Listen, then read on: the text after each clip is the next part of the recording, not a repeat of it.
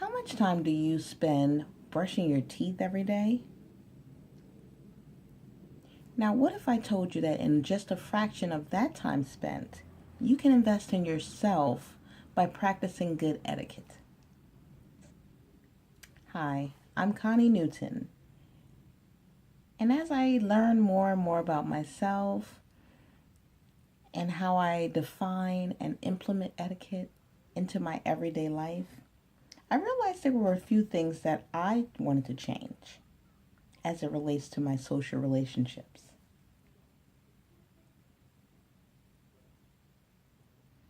I believe good etiquette is important. I also believe that with etiquette and with our microwave society, we have to align it with this digital influx. We can't remove it. It needs to be aligned with the digital era that we're in right now. Now, most of the times when we think of etiquette, we think of a black tie affair or we think of something formal. But etiquette is a lot more than knowing which fork to use. Using good social etiquette techniques can help build relationships and actually bring us closer together. Whether we realize it or not, we use etiquette every day in our everyday lives, whether we're at work, whether we're in a social setting, or even in our personal lives. We're using etiquette every day. It's that smile that you give somebody when you greet them and say hello. Do you smile and greet someone when you say hello? And is it an authentic smile or is it just a quick hello? That's the difference when it comes to etiquette. Do you make eye contact when you're walking down the street? If someone's coming towards you, make eye contact with that person. Making good eye contact with someone, especially when it's positive eye contact, it shows a level of respect to that person. And it makes them feel good. Now, in addition to the social climate of etiquette, I want to dig in a little bit and speak on the role that manners play as well as etiquette. Etiquette and manners are equally important and they have so many similarities. But can you have good etiquette and bad manners? I believe you can. One of the most well-known etiquette experts, Emily Post, she defines manners as such, and I quote, "Manners are a sensitive awareness of the feelings of others." End quote. I define etiquette as our individual code of conduct. It's like the standards that we set for ourselves.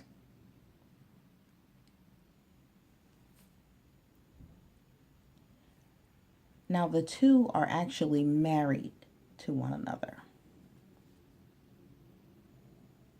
Etiquette as well as manners, they both encompass the way we behave and our intentions behind how we behave. Which leads me to practicing etiquette and leading to a more happier you.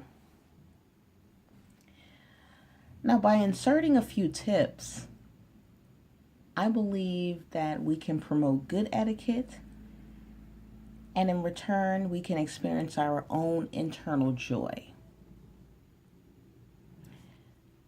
Now, practicing good etiquette means resisting the urge to use your cell phone when you're out at dinner. Resist the urge. Spend more time having social commitments and conversations with the person that you're with. Engage. Find out a little bit more and share some stories of your own with that person. Strike up a conversation with someone when you're waiting at the elevator. And speaking of elevators, if you happen to be on one, please try to avoid using your cell phone unless it's absolutely urgent. Sometimes when someone's on their cell phone and you're in such an enclosed space, it kind of feels like that person is invading your space. And we all know how someone can use a speakerphone. Another way is when you're in traffic. Let's say it's rush hour. And this is when everyone's tempers are a little bit tested. Practice that good etiquette. Don't flick someone off. Let them cut you off. Let someone in. So what I hope that you can take away from this is that these are some helpful techniques that can bridge the gap between our newer, faster paced society and bring back some of that old charm that we've I think that we've lost, somewhat forgotten. Call someone and say hello instead of texting someone. Pick up the phone and call. Your voice may be what they need to hear that day to make them feel better.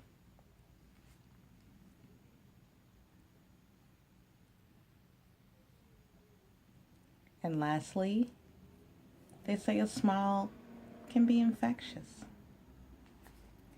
So are good manners and etiquette. You actually thank yourself in the long run. So I urge you to at least practice at least one of these tips. Just practice at least one that you learned today. And you'll see for yourself that there is an internal benefit. You're going to feel good about yourself, and others are going to feel good as well. And it will enhance and it will build up those relationships that you already have. I just want to leave you with one last thing. I'm going to leave you with a quote that I got from Clarence Thomas. And it reads, "Good manners will open doors that the best education cannot." Thank you.